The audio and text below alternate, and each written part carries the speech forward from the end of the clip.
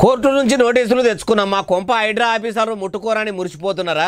High court కాదు సుప్రీంకోర్టుకు పోయి కూడా నోటీసులు పట్టుకొచ్చిన న్యాయ పోరాటం చేసినా అయినా సరే గాని అక్రమంగా కట్టిన ఇండ్లను నిట్టనినులా కూలగొట్టేదాకా ఊకోరట.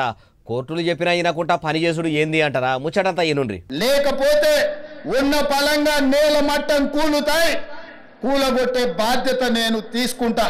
ఇన్నరా ఇన్నొద్దులు రంగనాథ్ సారు కామ్గా కూల్గా పనిచేసిండు. హైడ్రా ఆఫీసర్లు వచ్చి మా ఇంటికి నోటీసులు ఇచ్చేవరకల్లా నేను పోయి న్యాయస్థానం నుంచి అప్పటి మందం తాత్కాలిక నోటీసులు తెప్పించుకుంటానని అనుకుంటుర్రా? అయితే సీఎం సార్ చెప్పే ముచ్చట మొత్తం వినుర్రి.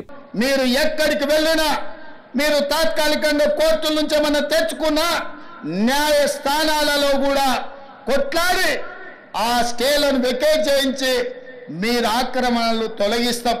మీరు ఎన్ని ఇద్దరు పడి బంగ్లాలను కాపాడుకుందామన్నా కుదరదని ఖుద్దు సీఎం సారే ఇంత మంచిగా అంటున్నాడు. కాబట్టి ఇప్పటికైనా చెరువులను చెరబట్టి 100 ఎకరాల కబ్జాలు పెట్టిన నాయకులారా రాండ్రి, బయటకు వచ్చి స్వచ్ఛందంగా సీఎం సార్కు కాయిదాలు అప్పచెప్పుర్రి. అయ్యా సీఎం గారు అంత ముచ్చట మంచిగానే ఉన్నది కానీ మొదలు 100 ఎకరాలు మాయం చేసిన అక్రమార్కుల పనిపెట్టుండ్రి. అమాయక జనం మీదికి మీ హైడ్రా ఆఫీసర్లను పంపి మీ సర్కారు పతారను పొడగొట్టుకోకుండ్రి. ఎందుకంటే అప్పట్లో ఏలుబడిలో ఉన్న సర్కారులే ఆ గరీబులకు ప్రభుత్వ భూములు వంచి నిల్వనీడ చేసుకోమని చెప్పినాయట. గూడు కల్పించినాకనే ఇండ్లు గులగొట్టాలి అని మొన్ననే పక్క రాష్ట్రం డిప్యూటీ సీఎం పవనాల్ సార్ కూడా అన్నాడు. తెలంగాణలో ఉన్న కొందరు లీడర్లు చెప్తే మీరు ఇనకున్నా కానీ పాలి రాష్ట్రం ఉప ముఖ్యమంత్రి పవనాల్ సారు చెప్పినట్టు కూడా ఓ పారి సోచాయించురి సారు. కూలగొట్టుడు నిమిషాల పని, కట్టాలంటే ఏండ్లు గడిచిపోతాయి అంటుర్రు ఈ ముచ్చటిన్నోళ్ళు.